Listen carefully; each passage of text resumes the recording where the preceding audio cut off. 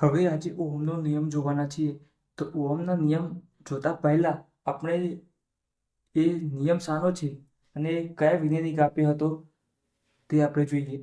તો ઓહમનો જે નિયમ છે તે પ્રવાહના વહન માટેનો મૂળભૂત નિયમ છે. શાનો નિયમ છે તમે લખી લેજો. પ્રવાહના વહન માટેનો મૂળભૂત નિયમ છે. ત્યાર પછી જીએસ ઓહમ દ્વારા 1828માં આ નિયમ શોધ્યો હતો. જીએસ ઓહમ નામના વૈજ્ઞાનિકે 1828માં આ નિયમને શોધ્યો હતો. હવે અહીંયા નિયમમાં એક આપેલું છે નિશ્ચિત ભૌતિક પરિસ્થિતિ. તો નિશ્ચિત ભૌતિક પરિસ્થિતિ એટલે કે તાપમાનને દબાણ જેવું હોય તે બદલાવવું જોઈએ નહીં. તો નિયમ શું કહે છે? નિશ્ચિત ભૌતિક પરિસ્થિતિમાં વાહકમાંથી વહેતો વિદ્યુત પ્રવાહ. તો માની લો કે આ તાંબાનો તાર છે, એમાંથી વહેતો વિદ્યુત પ્રવાહ તમે જ્યારે બેટરી વડે જોડો અહીંયાથી, તો વહેતો વિદ્યુત પ્રવાહ એ, તો આઈનું મૂલ્ય એ, વિદ્યુત પ્રવાહ આઈ એ વાહકના બે છેડે લાગુ પાડેલા વિદ્યુત સ્થિતિમાનનો તફાવત. અહીંયા પ્લસ અને માઇનસ, તો વોલ્ટેજ હોય વોલ્ટ, એ વિદ્યુત સ્થિતિમાનનો તફાવત લાગુ પડે તો એના સમપ્રમાણમાં હોય છે. તો અહીંયા શું કહેવા માંગે છે? તો વાહકમાંથી વહેતો વિદ્યુત પ્રવાહ આઈ એ શાના સમપ્રમાણમાં છે? વિદ્યુત સ્થિતિમાનના તફાવતના સમપ્રમાણમાં છે. આવું કહેવા માંગે છે. આઈ ચલે છે વી. આ ધોરણ 10માં પણ આવી ગયેલું છે ઓહમનો નિયમ. હવે તમે આ જે લખ્યું છે એને તમારે શું કરવાનું છે? ઉલટું લખી લેવાનું છે. શું કરવાનું છે? ઉલટું. તો વી ચલે છે આઈ. હવે જ્યારે અહીંયા અચળાંક કાઢો, અચળાંક, તો અહીંયા જે ચલે છે કાઢો એટલે તમારે શું મૂકવું પડે? બરાબર મૂકી અને ચલે છે ની જગ્યાએ બરાબર મૂકો તો અહીંયા તમારે અચળાંક મૂકવું પડે. તો અહીંયા અચળાંક શું આવશે? આર આવશે. તો અહીંયા આઈ. તો V is equal to I R. આ વીર યાદ રાખી શકો છો. V is equal to I R. આ થઈ ગયું. હવે પણ આપણે તો ઓમ અહીંયા શું શોધવાનું છે? આરને કરતા બનાવવાનો છે. અથવા તમે આ નિયમમાં બીજું પણ લખી શકો છો. શું લખી શકો છો? તો લાગુ પડે વિદ્યુત સ્થિતિમાનનો તફાવત અને વિદ્યુત પ્રવાહના ગુણોત્તર અચળ રહે છે. V upon I is equal to R. શું રહે છે? અચળ રહે છે. આવું પણ તમે લખી શકો છો. તો અહીંયા આપણે આરને કરતા બનાવીએ તો શું થાય? વી અપોન આઈ. આરને કરતા બનાવો તો આઈ છેદમાં જાય તો V upon I is equal to R. તો આ થઈ ગયું. હવે આ શું રહે? અચળ રહે છે. તમે માની લો કે અહીંયા વિદ્યુત સ્થિતિમાન 5 આપે, વિદ્યુત સ્થિતિમાન 5 છે અને અહીંયા 2 છે, તો તમને મૂલ્ય કેટલું મળ્યું? 2.5 મળ્યું. 2.5. તો હવે અહીંયા થોડું વધારીએ 6. તો અહીંયા તમે જ્યારે વિદ્યુત સ્થિતિમાન વધારતા જશો અહીંયા પ્રવાહ પણ વધતો જશે. તો જ્યારે તમે પ્રવાહ વધારશો તો શું થતું હશે? જેનું મૂલ્ય આરનું મૂલ્ય જે મળશે તમને એ અચળ મળતું હશે. શું મળતું હશે? અચળ. દર વખત અચળ મૂલ્ય મળશે. તો એક જ મળશે. તો વિદ્યુત સ્થિતિમાન વધારશો પ્રવાહ વધશે. જ્યારે બંનેનો ભાગાકાર કરશો તો આરનું મૂલ્ય જે મળશે એ શું મળશે? અચળ મળશે. તો અચળ મળી ગયું. હવે આપણે આ આર છે, આર અવરોધ, એ શાના પર આધાર રાખે છે? આધાર. તો શાના પર આધાર રાખે? એક દ્રવ્ય એ શામાંથી બનેલો છે તેના પર આધાર રાખે છે કે કયા પદાર્થમાંથી બનાવેલો છે? દ્રવ્યમાંથી. તો એના પર આધાર રાખે છે અવરોધ. ત્યાર પછી બીજું શું છે? પરિમાણ પ્લસ પરિમાણ. પરિમાણ એટલે લંબાઈ, પહોળાઈ ને ઊંચાઈને બધું આવી જાય. લંબાઈ, પહોળાઈ, ઊંચાઈ, સાઈઝ, અથવા તમે સાઈઝ પણ લખી શકો છો. તો આના પર આધાર રાખે છે અવરોધ. ત્યાર પછી આપણે એનો એકમ જોઈએ. એકમ શું છે? એકમ વોલ્ટ. તો વોલ્ટ અને અહીંયા છે આઈ, તો એમ્પિયર. તો વોલ્ટ પર એમ્પિયર આ એકમ છે. અને અથવા બીજો એકમ તમે શું કહી શકો છો? ઓહમ. આ તમારે યાદ રાખવાનું છે. ઓહમ પણ કહી શકાય છે સંજ્ઞા ઓહમ. તો અહીંયા આ થઈ ગયું. હવે પારિમાણિક સૂત્ર જોતા પહેલા પારિમાણિક સૂત્ર અવરોધનું શોધવું છે. તો અવરોધ શોધવા માટે તમે પારિમાણિક સૂત્ર તમે યાદ પણ રાખી શકો છો ડાયરેક્ટ. તો પાર 32 mLT એ. અહીંયા પાર 32 -2 -2 -3 -2 છેલ્લા બે માઇનસ, પાર 32. આ રીતે પારિમાણિક સૂત્ર પણ યાદ રાખી શકો છો અવરોધનું. પારિમાણિક સૂત્ર પણ હું તમને યાદ રાખવાનું ટ્રીક આપું છું. એટલે મતલબ કે તમને કઈ રીતે પારિમાણિક બને તે શીખવાડું છું. આપણે ભૂલી જઈએ તો યાદ તો આવવું જોઈએ. તો હવે શું કરવાનું?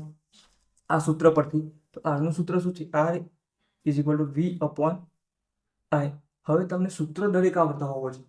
પારિમાણિક સૂત્ર બનાવવા માટે તમને સૂત્ર દરેક ના સૂત્ર કરતા હોવો જોઈએ. તો આ વોલ્ટ છે, તો વોલ્ટનું સૂત્ર શું થાય? તો V ઇઝ ઇક્વલ ટુ એકમ વિદ્યુત ભારને એક બિંદુએથી બીજા બિંદુ સુધી લઈ જવા માટે કરવું પડતું કાર્ય. તો એનું શું કહેવાય? વિદ્યુત સ્થિતિમાનનો તફાવત કહેવાય.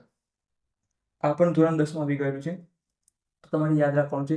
વ્યાખ્યા આના પરથી બનાવવાની. એકમ ધન વિદ્યુત ભારને એક બિંદુએથી બીજા બિંદુ સુધી લઈ જવા માટે કરવું પડતું કાર્ય એને શું કહે છે? વિદ્યુત સ્થિતિમાનનો તફાવત. હવે કાર્ય એટલે બળ ગુણ્યા સ્થાનાંતર. શું થાય? બળ ગુણ્યા સ્થાનાંતર. થાય કે ના થાય? તો થઈ ગયું. તો બળનું મૂલ્ય, બળનું સૂત્ર હજી શું આવે? F is equal two mg. આ યાદ રાખવાનું. mg એટલે m એટલે દળ. આ થઈ ગયું. g એટલે પ્રવેગ. પ્રવેગ માટે મેં યાદ રાખ્યું હતું, પ્રવેગ માટે એટલે મીટર પર સેકન્ડ સ્ક્વેર. મીટર પર સેકન્ડ સ્ક્વેર t માઇનસ 2. આ થઈ ગયું. હવે અહીંયા d છે સ્થાનાંતર, તો સ્થાનાંતર માટે L1 આવી ગયું. હવે છેદમાં q છે q, તો I is equal to q by t થઈ ગયું. તો q ને કરતા બનાવો તો it થઈ જાય. I into t. તો I માટે it કરો, I ઇન્ટુ t. તો I એટલે શું થઈ જાય? એમ્પિયર થઈ જાય. એમ્પિયર અને t એટલે t1. આ થઈ ગયું. હવે ઉપર જાય તો શું થઈ જાય? m1 L L2 ને t ઉપર જાય L3 અને A1. આ થઈ ગયું. હવે આ જે મળ્યું એ શાનું મળ્યું? v નું મળ્યું. v નું. તો અહીંયા v ની જગ્યાએ મૂકી દે m1 L2 t-3 અને A1. આ થઈ ગયું. હવે નીચે એમ્પિયર છે, એમ્પિયર I નું શું થાય? A થાય. A1 ઉપર જાય એટલે શું થઈ જાય?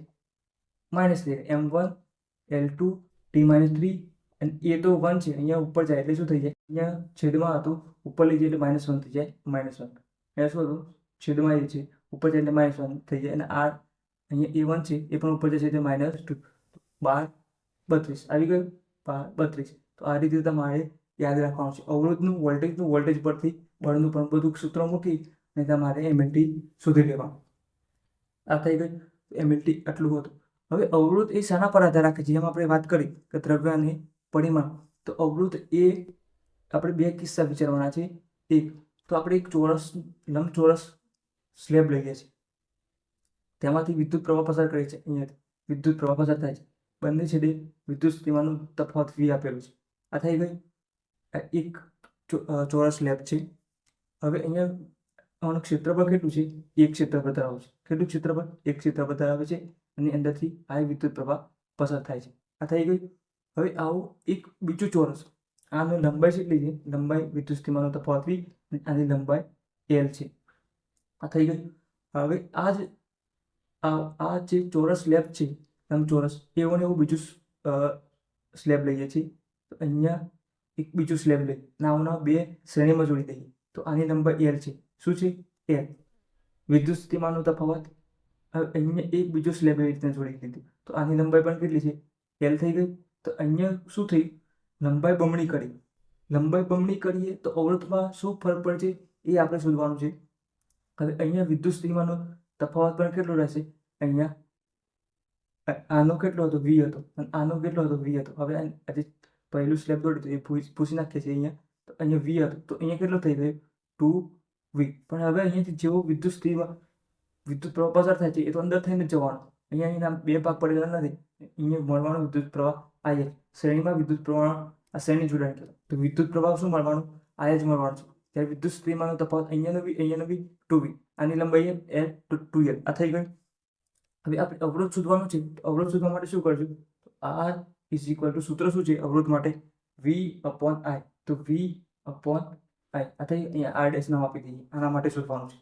તો હવે V ની કિંમત કેટલી થઈ ગઈ? આનો V, આનો V. તો V ની કિંમત કેટલી થઈ ગઈ? 2V. અને I ની કિંમત તો I જ રહેવાની છે, બદલાવાની નથી. તો આ V/I ને શું કહી શકાય? તમે V/I ને આ કહેવાય છે. તો અહીંયા શું થઈ ગયું? R'. અહીંયા R' ઇઝ ઇક્વલ ટુ શું થઈ ગયું? 2R થઈ ગયું.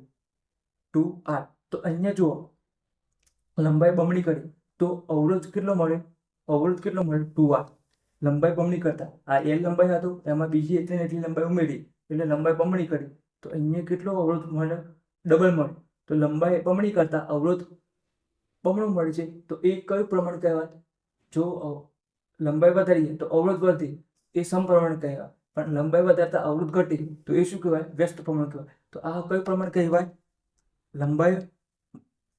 લંબાઈ બમણી કરતા અવરોધ બમણો થાય છે તો આ કયું પ્રમાણ કહેવાય? અહીંયા એ તમારે લખવાનું છે. તો અહીંયા R ચાલે છે L. આ સમીકરણ એ નામ આપી દે.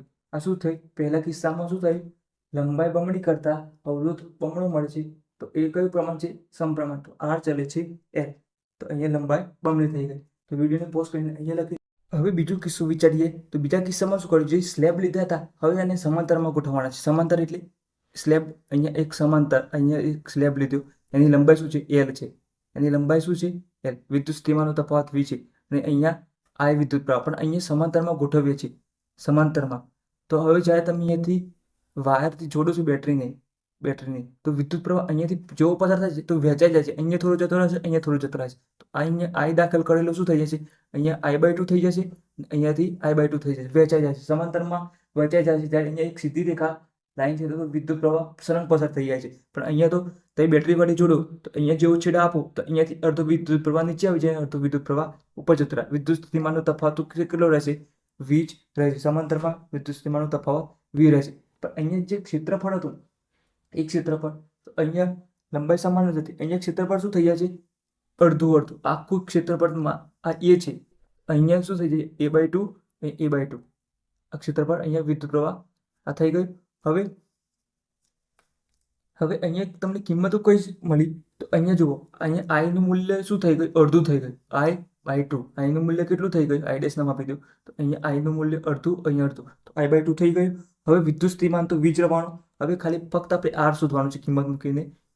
કિંમત મૂકીને શોધો. તો અહીંયા R ડેશ ફરીથી નામ આપી દઈએ અથવા R1 નામ આપી દઈએ તો પણ ચાલે. તો R = V/I. V/I થઈ ગયું. V. હવે I ની કિંમત કેટલી છે? I/2. આ થઈ ગયું I/2. તો 2 છેદમાં છે, ઉપર જાય એટલે શું થઈ જાય? 2V/I. તો V/I ને શું કહેવાય છે? V/I ને R કહે છે. તો અહીંયા શું થઈ ગયું? 2R. પણ અહીંયા અવરોધ બમણો મળે છે. જેમ અહીંયા અવરોધ બમણો મળતો હતો તેવી જ રીતે અહીંયા પણ અવરોધ બમણો મળે છે. પણ અહીંયા શું હતું? લંબાઈ શું કરી હતી? બમણી કરી હતી. જ્યારે અહીંયા આખું ચોરસ સ્લેબ હોય, આખો ચોરસ સ્લેબ બે ભાગ કરી દીધા. એટલે અહીંયા શું કર્યું? ક્ષેત્રફળ અડધું કરી દીધી. શું કરી દીધું? આડછેદનું ક્ષેત્રફળ અડધું કરી દીધું હતું. આડછેદનું ક્ષેત્રફળ શું કર્યું હતું? અડધું કર્યું. એટલે અહીંયા આખું ક્ષેત્રફળ A હતું, તેની જગ્યાએ A/2, અહીંયા A/2. ક્ષેત્રફળ શું કર્યું? અડધું કરી દીધું હતું. તો તમારે શું લખવાનું? ક્ષેત્રફળ અડધું કરતા શું થાય છે? અવરોધ બમણો થાય છે. બમણો થતો હોય તો આ કયું પ્રમાણ કહેવાય? આ ક્ષેત્રફળ અડધું છેદ નીચે, અડધું એટલે ભાગાકાર, આ બમણું થાય છે, એ વધે છે, આ ઘટે છે. તો કયું પ્રમાણ કહેવાય? વ્યસ્ત પ્રમાણ કહેવાય. તો અહીંયા અવરોધ અને ક્ષેત્રફળનું કયું પ્રમાણ છે? વ્યસ્ત પ્રમાણ છે. તો અહીંયા તમે શું લખી શકો છો? R ચલે છે 1/A. તો આ સમીકરણ B નામ આપી દે. અહીંયા A નામ આપ્યું, અહીંયા B નામ આપી દે. હવે બંને સમીકરણને સાથે લખતા, સમીકરણને બંનેને સાથે લખો તમે તો R ચલે છે L, R ચલે છે 1/A. આ સમીકરણને જોઈન્ટમાં લખો તો શું થઈ છે? R ચલે છે, ડાબી બાજુ R જ છે. હવે જમણી બાજુ શું છે? L છે. તો L અને છેદમાં શું છે? અહીંયા ગુણ્યા 1/A લખી શકો, અથવા તમે ડાયરેક્ટ પણ L/A પણ લખી શકો છો. આ થઈ ગયું. આને શું કહે છે? હવે R ચલે છે. હવે R ચલે છે ની જગ્યાએ = મૂકીએ તો અહીંયા તમારે શું મૂકવું પડે? અચળાંક મૂકવું પડે. તો અહીંયા ρ આવે છે, ρ L/A. તો આને શું કહે છે? ρને આ સૂત્ર પણ તમારે યાદ રાખવાનું છે. R = ρ L/A. તો ρને શું કહેવાય છે? અવરોધકતા. શું કહે છે? ρને અવરોધકતા. ρને શું કહે છે? અવરોધકતા. જે સુવાહકના દ્રવ્ય પર આધાર રાખે છે. હવે આનું પારિમાણિક બનાવવું હોય તો અવરોધકતાનું પારિમાણિક બનાવવું હોય, અવરોધકતા ρનું તો ρનું કરતા બનાવીએ તો શું થાય? R × A. અહીંયા જો આ છેદમાં છે, અહીંયા આવી જાય A, આ L આવી જાય નીચે. તો હવે અહીંયા શું થાય? અવરોધનું તો તમને પારિમાણિક ખબર છે, 12 32. તો અહીંયા મૂકી દો M1 L1 -3 -2. હવે અહીંયા મીટર સ્ક્વેર છે અને આ મીટર છે. આ મીટર કેન્સલ થાય. અહીંયા શું વધે?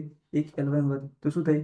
M1 L2 T -3 A -2. તો આવી રીતે અવરોધકતાનું પણ પારિમાણિક સૂત્ર મળી રહે છે.